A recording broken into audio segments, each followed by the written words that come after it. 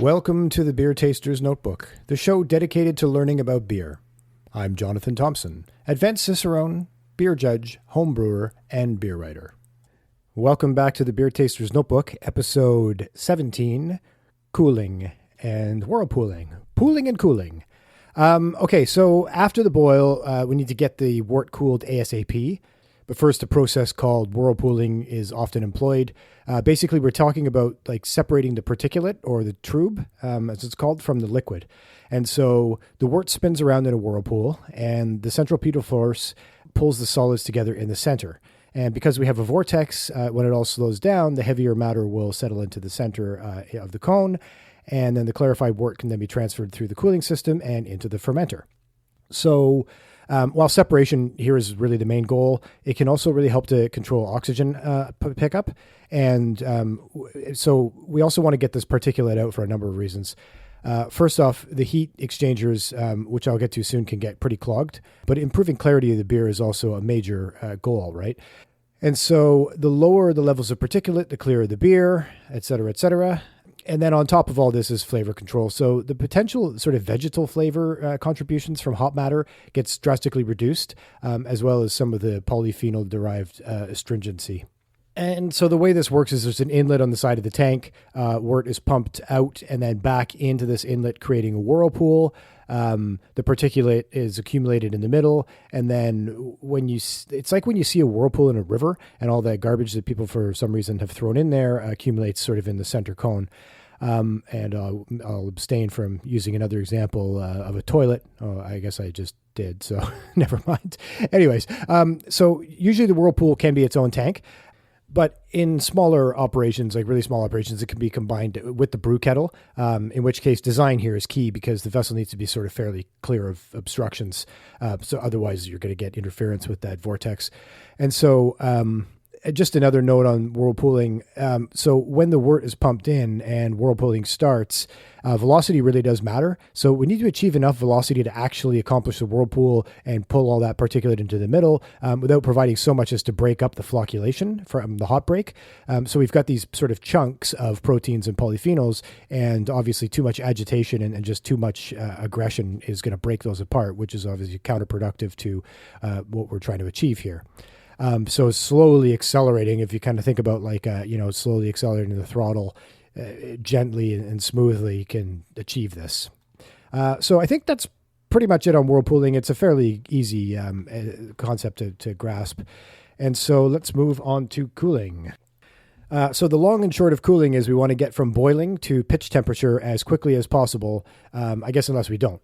And so, I mean, why don't I just touch on why we might not want to first? So in wild beers like lambics, we let the wort cool in open tanks called cool ships, which allow various native microbes to inoculate it and work their magic. This is only magic if it's the circus you bought tickets for, right? So we'll deal with that all another day, but in normal circumstances, we don't want any microbes in our beer except for the ones that we've intentionally introduced. And so rapid cooling is key, lest we get what we would call an infection. And so the hotter and longer the wort is hot, the more we blow off delicate volatiles. And so we're talking about hop aroma mostly. And so the late additions that came in, 10, 15 minutes before the end of the boil will all be for naught because they're, allowed to float off into outer space. I think that should be relatively self-explanatory, but we'll definitely have a lot more to talk about when we get to hops. And so I'll save those details for later.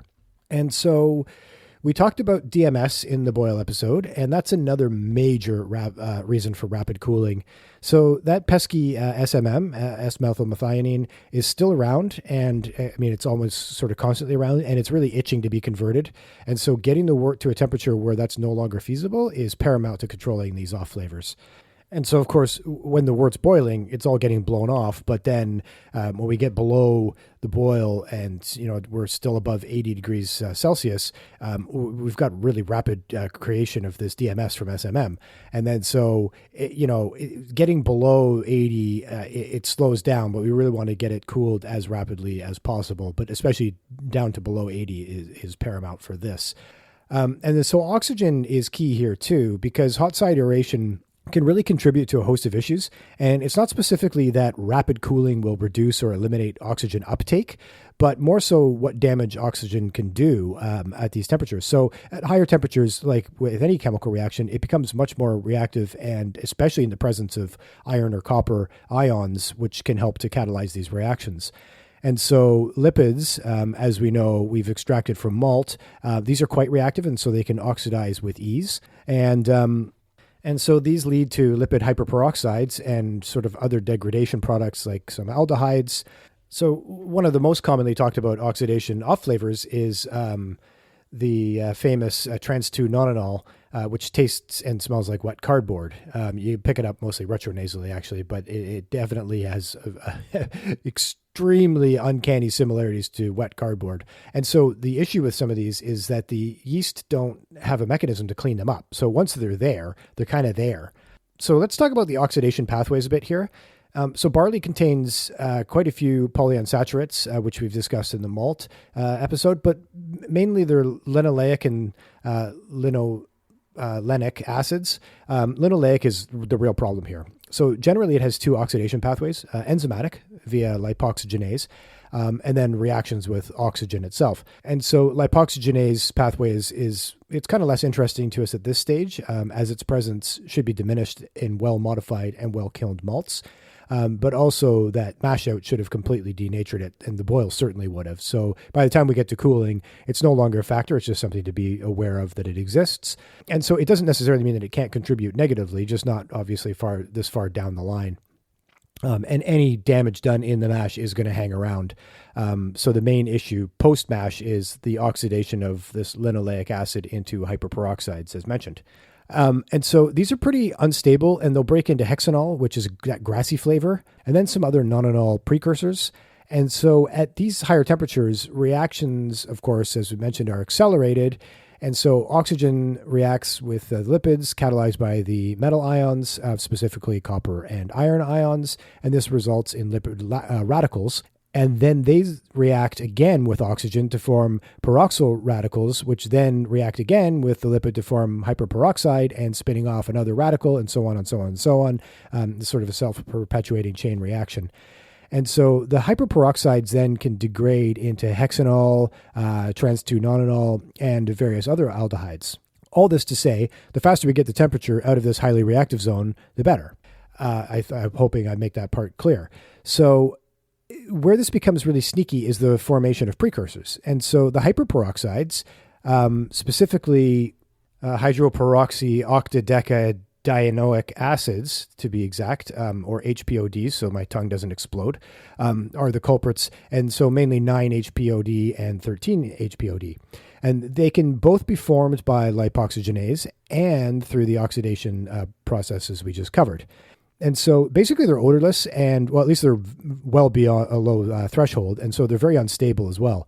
So with really any oxygen present or with heat, they can convert into these dreaded off flavors, trans-2-nonanol being the main one that we worry about. But hexanol, heptanol, octanol, nonanol are all other aldehydes that can be potential unwanted products there. And so even worse, we can get precursors that bind with amino acids, and then they form some imines that can then hydrolyze later on back to aldehydes. And to top it all off, aldehydes can also bind with sulfur dioxide and then split over time back to their components. So again, rapid cooling is very important.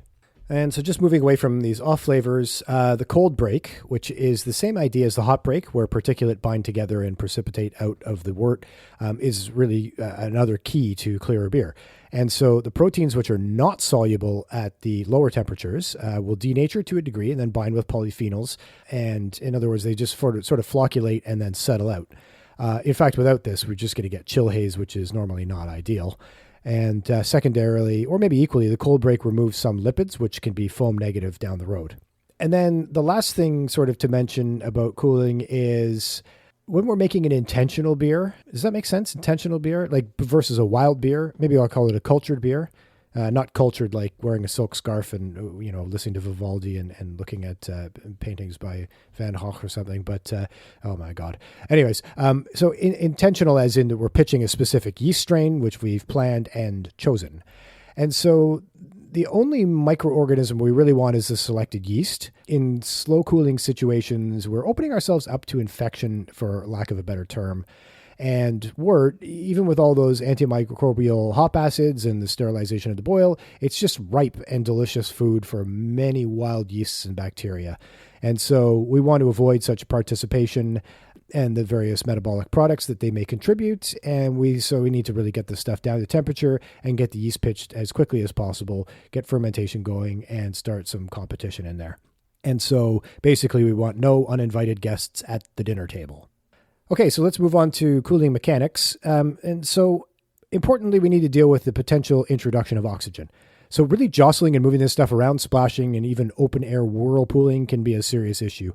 At the homebrew level, for example, trying to cool wort the same way you would your soup by sort of stirring and agitating it is a recipe for massive disappointment down the line. So cooling can be executed several ways. Let's start with the really basic homebrew level, just for concept's sake, and then move up to the more commercial levels. And so we could just leave it until it cools, which is, of course, as we discussed, a bad idea, unless we're looking for wild fermentation. We can transfer it to a fermenter or leave it in the kettle, for that matter, and then just immerse that in snow or an ice bath. So that's a bit better, but it's not ideal because once again, you're going to have to try and move the wort around a little bit to just, to have sort of constant contact with the outside. And that's not ideal for oxygen pickup. There are immersion coolers, which are copper coil, of copper tubing, and that it sits in the vessel and cold water flows through the cooling. It's just a heat exchanger. You can buy one, make one. These work okay. They're a little bit slow. And of course, there's a ton of water waste. So you want to try and figure out a way to recycle that water, in the name of environmental responsibility. And then just being aware that you are putting copper in contact with the wort and that there could be some leaching. And so if you're trying to control your copper levels, that's something to be aware of. And so the fastest method for the homebrew thing is a plate chiller. And so it's basically a counterflow heat exchanger. So this means that the hot liquid goes in one direction, the cold liquid goes in another, and they pass by each other multiple times, separated, of course, physically. And then the temperatures try and equibrate, and that's how we get rapid cooling. There are tube counterflow chillers as well, which are easier to clean because the plate chillers are like 1,000 or something, little tiny plates, like they're probably paper thin. And I've had hop debris get stuck in one, and I'll tell you, it was like pulling my hair out. I had to bake it, and then I just had to keep back flushing it and trying to get all this sort of particulate out. And it was really unpleasant and annoying. And so the tube ones, you've got, obviously, there's more area for it to flow through, and so less chance of it getting clogged. And so with all of these, the cooling liquid can be water, especially in a homebrew setup, or glycol if you've got a glycol chiller, and which, of course, then you can employ lower temperatures, and this shifts the cooling gradient lower, and ergo you get faster chilling. There are also tube and shell systems, which take up more room, but it's kind of like the reverse of the immersion, where the hot liquid goes through the tubes and the cooled liquid is in a vessel in which the tubes reside, and often you'd have a glycol bath there. So those are sort of the main systems. There are some not so common options, like air-cooled systems, which is totally inefficient, obviously. Vacuum cooling, which is pretty cool, pretty fast, very expensive, and it takes up, I would imagine, a fair amount of room too. And then there's some really big, expensive expansion systems, and that's a whole different bag of tricks. And then, of course, there's cool ships, which we alluded to earlier, and those are only really employed in special situations with the specific beers. So that's cooling. Pretty short episode, you might say. I chilled that down rapidly, but hopefully no one actually says that ever. But this is not a particularly complex topic. I also only slept 2.5 hours last night somehow, so that's probably it for today. We can move into the crazy world of yeast fermentation and microbiology next, so stay tuned. And until next time, stay thirsty and stay curious.